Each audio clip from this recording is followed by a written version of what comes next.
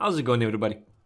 In the last video I asked you what topic of this new patch you want next, and most of you said I should stick with Raider first, so that is what we're doing. While we were disappointed with the Raider version that we got to see in the testing grounds, Ubisoft did address our complaints, and what we have now is quite the beast. In the past, Raider only enjoyed very brief moments in the spotlight, so let's wait and see how long this period lasts. From observations throughout the whole spectrum of our community, it all points towards one thing. You see a shit ton of complaints about spam from Raider on the lower end, and the top level rates him at S tier after the first 2 days of playing. I'm personally not a fan of instantly labeling someone.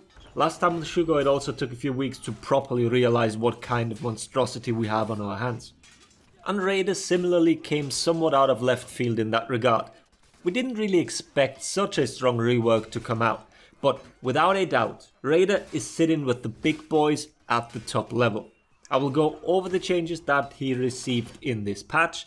If you're interested in some of the new punishes, then you can check my video from Friday. Because of his new chains, a few more things are possible now. So let's actually start with the new chains. 4 new ones, I'd say. Raider used to have limited options. This has been remedied. Ubisoft now added these 2 extra chains. Light, heavy, light, and then heavy, heavy, light. This is a very welcome quality of life change. What this basically means is that in his 3-hit chain, you can use all combinations of light and heavy now, without any limitations.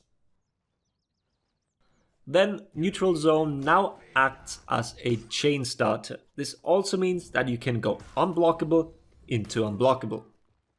2 orange moves and 1 on demand from neutral are quite nice. Their drawbacks being that they don't have hyper armor, unlike his chain heavies, and they are a fixed direction. Neutral Zone always comes from left, and Chain Zone always comes from the right. And the last chain change is that stun and tap follow-ups are no longer finishes. You go into your second attack in the chain. This change was way more significant during playing than I initially thought. In retrospect, it's logical as you don't throw a finisher which tends to have higher recoveries and thus is more dangerous to use with multiple people around you. But let's continue with the stunning tap changes. The soft feint is now 400 ms, down from 500 pre-patch, and the damage is now 12. Combined with the hidden indicator introduced during the CCU, this puts this version into the realms of unreactable for everyone except the biggest reaction monsters, and even those will struggle to react to it consistently or even semi-consistently. They will obviously practice this, so we'll wait and see how effective the move will stay at high levels. But considering that option selects are no more, and the UBs require another insanely fast reaction to deal with, I'd say that stunning tap is viable offense. The dodge version is now 533 and deals 15 damage. This puts it on par with all other dodge attacks in terms of speed and damage. It should be very much reactable as long as you're not handicapped by your setup. Both the soft feinted as well as the dodge version are now also enhanced, meaning you can continue your chain after a non-superior block. Alright, let's talk zones then. People have been calling it the orange donut meta already. Like I mentioned, you can chain one into the other. And Raider's Fury, the combo version, has also been sped up by 33 ms, making it 966 right now, as well as cause heavy hit stun. Why this weird number? Take a look at this. People tend to blindly press the light button a lot of the time. Hyper armor does beat that, even if you have long chain links. We'll talk about hyper armor in just a second. But Raider's unblockables do not have hyper armor, and neither does the stunning tap. And with this change, you can no longer interrupt the Raider with a light attack if you've been put in any form of block or hit stun beforehand. This is not like Zhonhu here, or the old Raider. The only option you beat with an interrupt attempt is a soft feint to guard break. Or well, another attack I guess.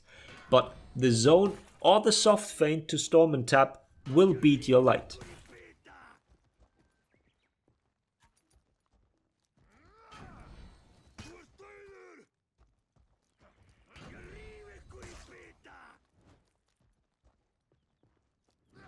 Then a further change, especially for Raiders Fury, was the adjusting of the recovery times. The patch notes say that all recoveries have been set to a maximum of 800 ms. If a recovery was already lower than that, then those weren't affected. We tend to measure recoveries differently than Ubisoft, so don't mind the slight discrepancies here.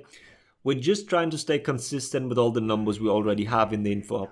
Fact of the matter is that we are now looking at much better numbers, and you will notice them while playing. That was a great change and greatly improves Raiders' abilities to get in damage during teamfights. Especially the recovery to block is what people will notice. The other part of that is his hyper armor. Now both the second heavy in chain as well as the finishers have hyper armor, starting up at 100 ms into the attack, which means Raider can still be interrupted in between chains as well as within the first 100 ms.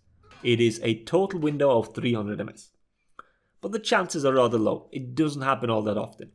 The hyper armor changes were probably the most complained about during the initial testing round, and the fact that they reverted those is one of the main reasons why Raider is sitting pretty at the moment.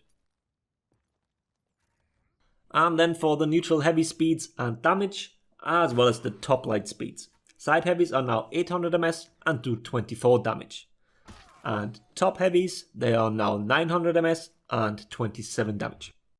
Like I've mentioned in the beginning, you can check the Friday video for all the implications of this when it comes to punishes.